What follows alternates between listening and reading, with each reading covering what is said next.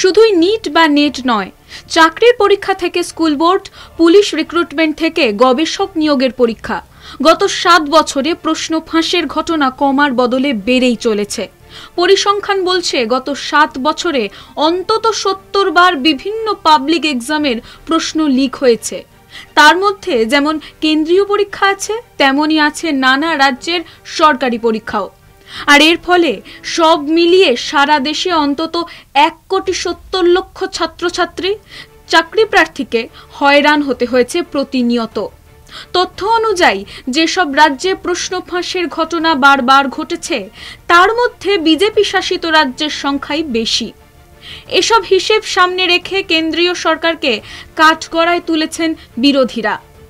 এর মধ্যে আরও একটি তথ্য সামনে এলো।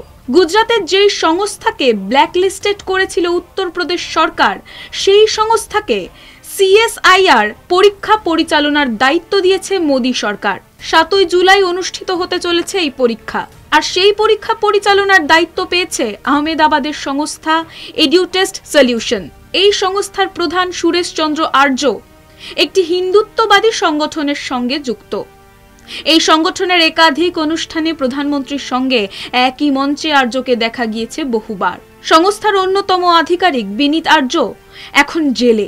তাও এই সংস্থাকে পরীক্ষা পরিচালনার দায়িত্ব দিয়েছে বিজেপি সরকার।